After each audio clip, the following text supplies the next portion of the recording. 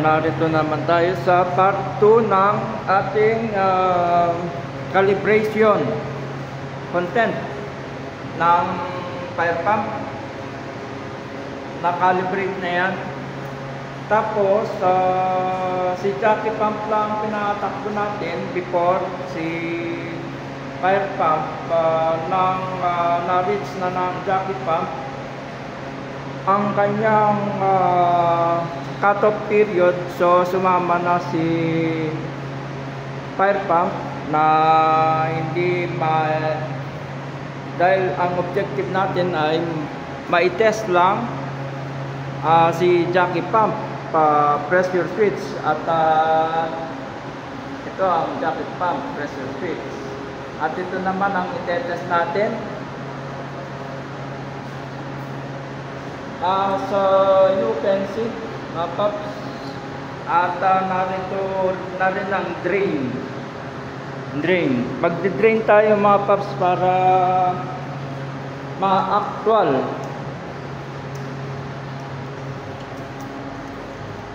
natin ang pressure. I-off muna natin to, tapos si jockey pump i-off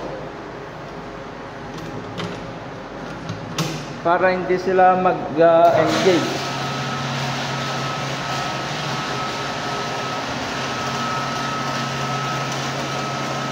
At tingnan natin kung ilang oras to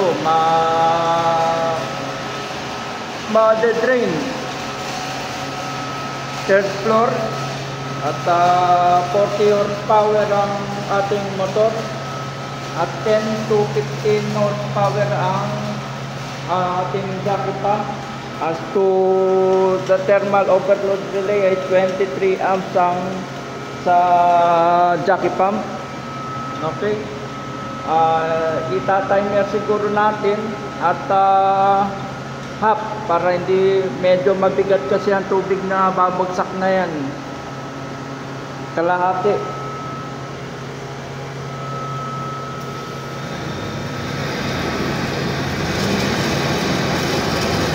Ayun, mabigat yan mga paps sa pagbagsak.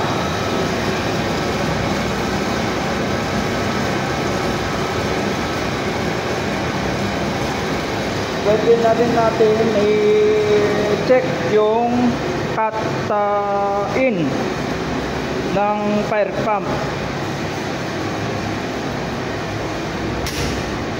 Dahil ito ang objective natin, i-off ito dahil sa yung kanyang control ay nasa line, so ang motor control ang ating makikita. So auto, ayun, nag-engage, lumalaban si nakakontak pa naman si fire pump. As you can see, nasa motor control, as in motor control lang ang umaandar. Nag delta na siya, delta.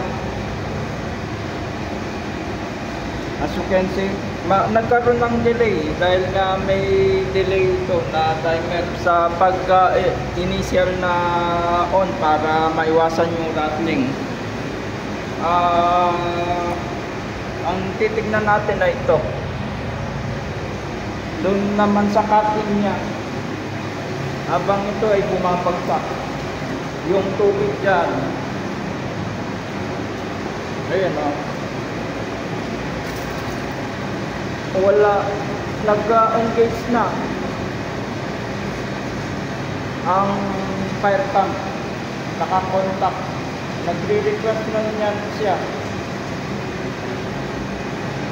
So from this paps, iiwan tayo ng tubig para may nakasampa na. Ayun,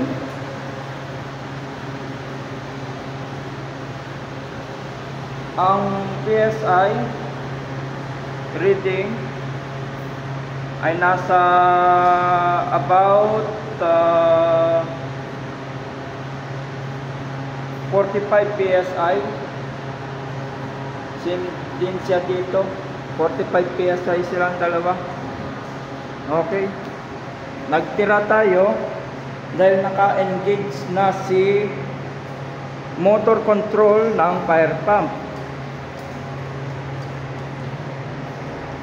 At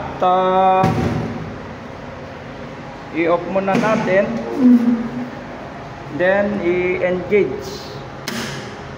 Kung ang objective ay kung aabot siya sa cut-off na iniset natin, as to inquiry na rin sa jockey pump method na nag-akyat tayo ng tubig at nag-cut off si fire pump. Ngayon ay si fire pump naman. Okay, patakbuhin na natin. Ready? 2, 3, 1, 0. On.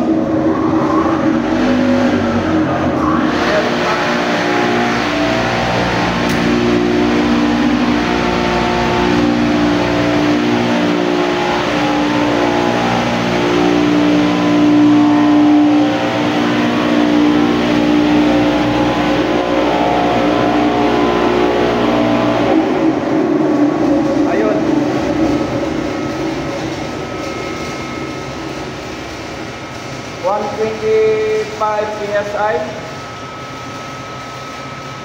125 PSI, medyo mataas pero bearable pa rin yan.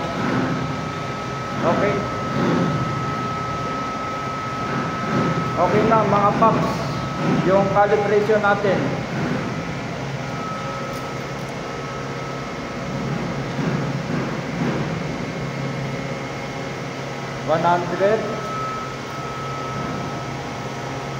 Okay, nag-improve siya, 125 PSI.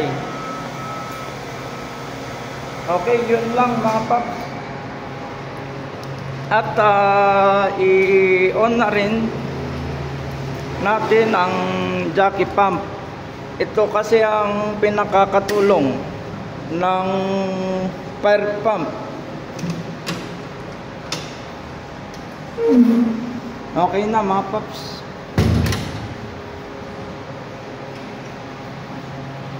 Ang objective din kasi natin kung halimbawa hindi siya hihinto, maaari nang magpasabog ng mga fire sprinkler sa time na yon. At yung adjustment naman ay default adjustment na 125 PSI ay okay na yan. Okay, sana meron tayong nakuha for this day, part 2 ng calibration ng fire pump at jockey pump.